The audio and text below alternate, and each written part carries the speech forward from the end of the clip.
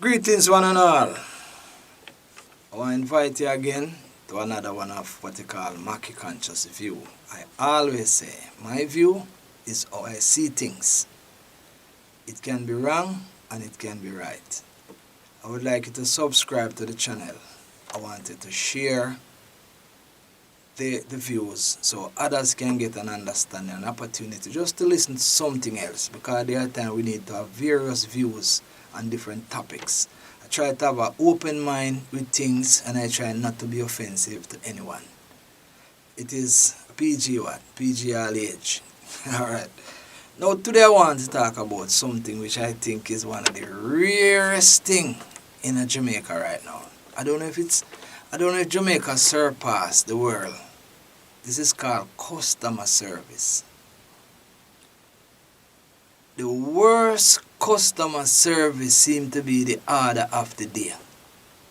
No matter where you go, and I must say, commend the few people who really, note I said few, that express a certain level of customer relation or customer service to people, because there are still a few people who value good customer service. And trust me, everywhere you go and see it, you can identify that that person was great, simply because most of the people today have nothing named customer service.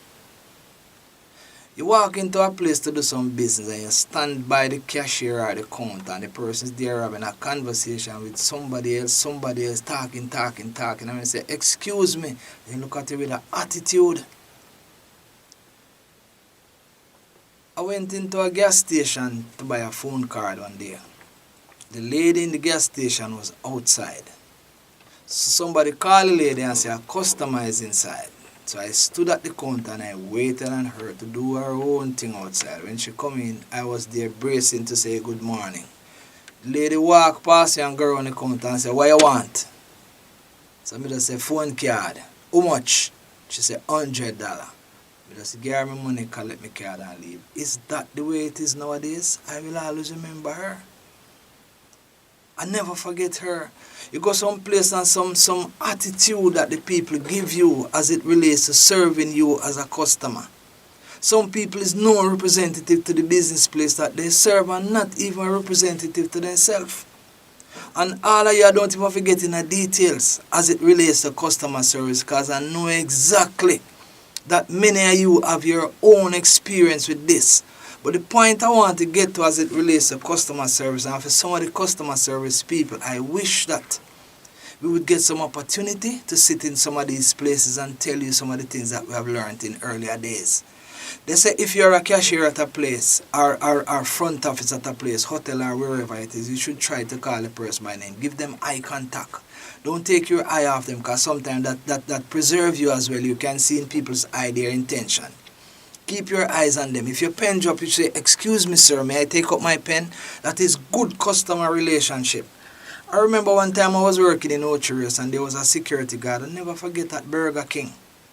Trust me, that man, once you reach Burger King, is a security. He opens the gate for you. Good morning sir.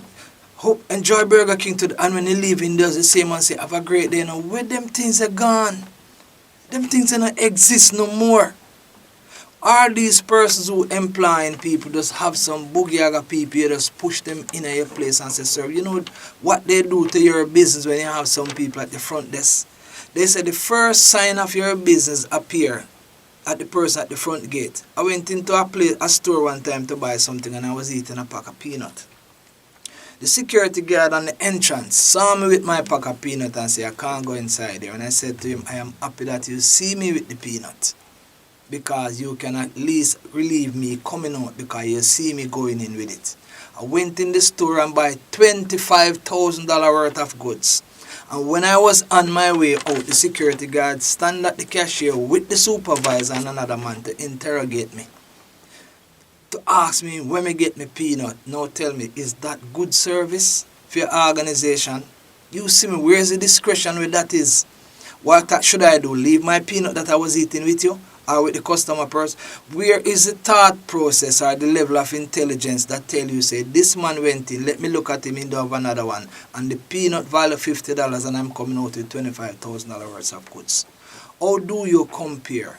Why do we just get any and anybody that put to your place at your front desk to represent you? For the people who do customer service, I want to tell you that one of the best job you could ever get in the world is a customer service job. No matter what you do to serve the customer. Customer service, it means that everyone that fall under your hand as your customer is your potential employer for your next job. You never know who comes in front of you. A doctor don't come in front of you with his stethoscope in MoneyGram and Western Union. He probably come in shorts, in slippers and in sleeveless shirt like me. He's not on the job. A pharmacist the same. A lady was very disrespectful in one of these money places to her brethren. Rush up the man the most way because I guess she's in charge and the man wants his money or whatever there is. You rush the man quite disrespectfully, and by the evening you run into a pharmacy with a baby in your hand. And when you look over the counter is the guy you see. What you do, run out? When you work in a customer service, put on your pot for your future, whether it be good or bad. The people will never forget the service that you give them. If you are horrible and rude to somebody, you may just go meet them at another place. And the tables of life have a way of turning. They may be the boss when you walk into a place to do an interview. How do you feel when you see somebody that you have been nice to? How do you feel when you see somebody that you have been horrible to? This is a place where when a doctor walk into a theater to do an operation and remember that you were nice to him even in the shop when you're buying something. So may I ask the people, identify yourself as it relates to customers. Stop working for your company. When you do customer service and work for yourself, that part of the job is for you. It sets you up for the future when you go to the road. When you're rude to some people, they will always remember you, you don't remember them. They will do your things elsewhere. And they will be nice to you elsewhere. Opportunity come with service. Be a servant to the public and not a menace to the society. A lot of people doing it. I want to tell you our next arm of people that are what you call horrible as it relates to serving people. You see some man in town that take up your car with a wrecker. This is the man them, let us say I don't endorse parking at no parking. You should go into the parking lot. You should pay to park. You should not park at a no park. In other words, you should not be breaking the law. No big deal. There is penalty to do everything. Now imagine, when you park your car at a no parking, the wrecker would come and take it up. That is the rule. They take it away. Or the police would come and give you a ticket for no parking, irrespective of the cost. If it's even $1 million for the ticket, that's the rule and the regulation. The reason they want to take up your car is by your car should not be there. They want it be removed, so they decide to remove it under the auspices of the regulations or guidelines. Now I start to wonder, who are the owners of these records, if they are owned by the government or they are owned by some private people who just abuse the society. I later understand that there are these record services that have people that they give a tip to tell you where they see a car park. John, one car park across this and then come around and hook up your car and take it away because they get X amount of money to take up the car. Now, if you went into a place, let us say you take a chance. You run into a place to drop a bag because there was no parking nearby. You probably have a little baby in your car. You run into a place to just drop a bag. And by the time you come back, the wrecker is backing up. Note, backing up in front of your car. You run out and you say, it's my car. A policeman is there. Well, I will remove it. Give me a ticket for no parking. The police refuse even to talk to you. The wrecker back up in front of your vehicle so you get no opportunity. You run in, sitting, put in your key with an intention for them to leave you so you could drive away. The wrecker make sure him back up in front of your car, that you can't remove it. Them hook on the thing on your car and worsely, another man take a thing and start to slip it under your back wheel. Now when I analyze the entire thing, The thing that goes on your back wheel is when your handbrake is not released. They put it on their back wheel, and it is an additional cost of probably $4,000 it's going to cost you. They hook up your car and they can take it to a place where you don't even know where it is going. They give you no advice. You have to be asking other people. They hook up your car, they tear off your bumper, and they take the vehicle to that particular place, and you have to find your way there, and when you get there it costs you $12,000 to get back your vehicle. When all they could have had is a little discretion to say, since we wanted to remove, please remove it. Here's a ticket so the government can be paid for that ticket. Is there anything wrong with that? I see a lady cry tears one day. The woman says she's from out of town. She don't even know Montego Bay. She just stop to ask a question in a place. The wrecker take up the lady vehicle. She don't know where the vehicle is going, and she don't have any money. And she bawled to the people with the wrecker service just for a chance with an explanation. I come from wherever and not even a wink. The wrecker man said talk to the police, and the police was going to the wrecker and slam the door, and they put together and drive away the people's car. Is this kind of system we set up? Don't you realize that we are making it very difficult for people to forget your face? What if at a later date you are no longer in the force?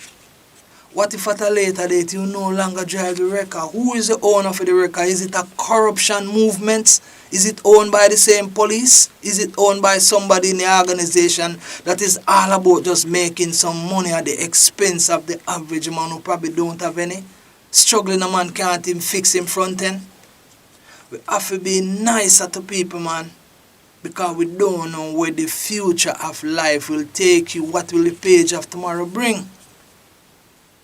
Discretion in your job. I see police searching some youth, you know. You get up to these youths, you don't know them, you don't know if they are criminal or not.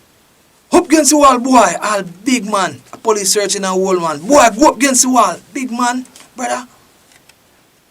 Good morning, sir. May I get a search? Anything wrong with that?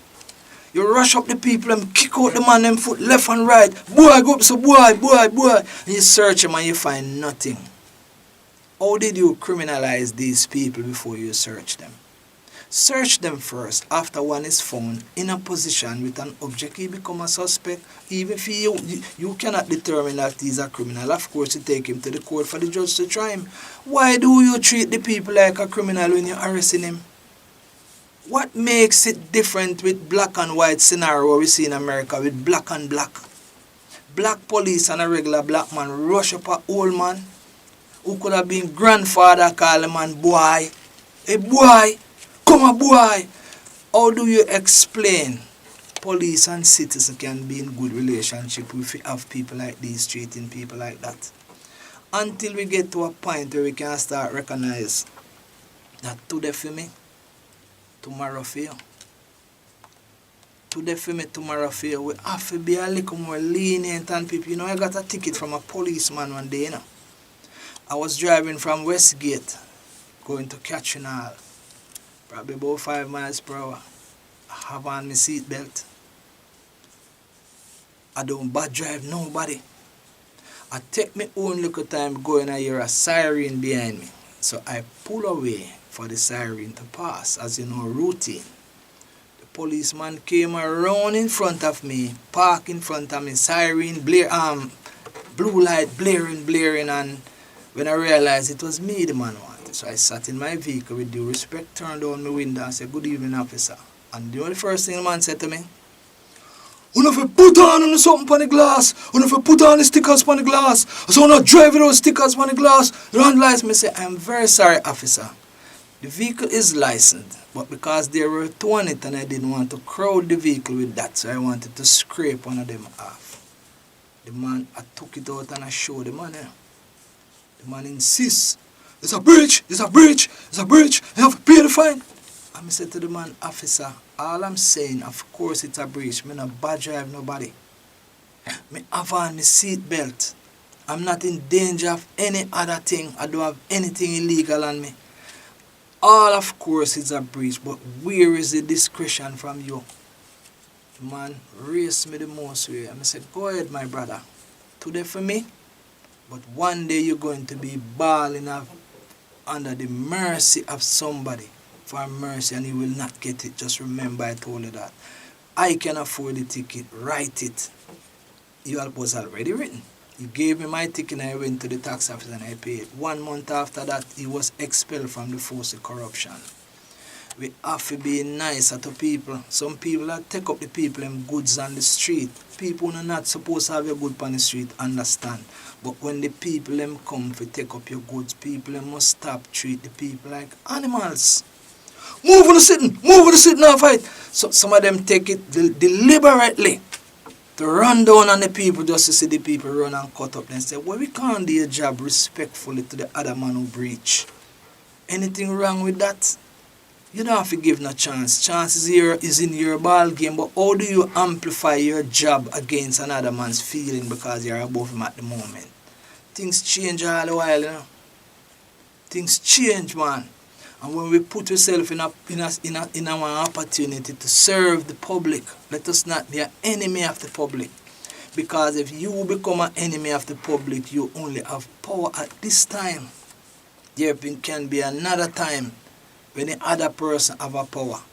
So make we start, and these are some of the things that cause people to be violent. A man take up a lady things and you just grab up the woman bag of orange, say you give him a chance and throw the bag of orange in your truck and you left everything else. Why? Did you want the orange for yourself?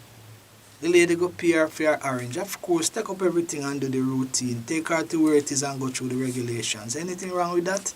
But when you abuse the people because of the workplace, you don't even own the job, you just own a little workplace.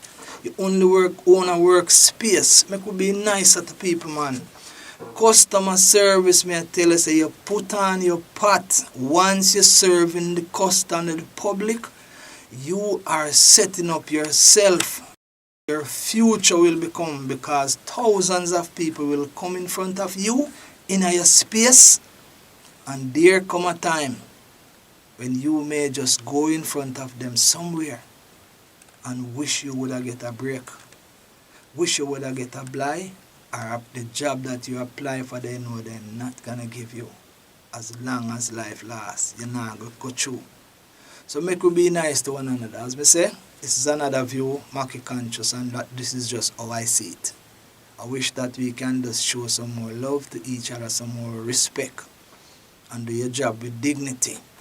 And remember, everywhere you work and get paid, but there is more to what you do that benefits you other than your salary. Jah live, Mackie conscious view.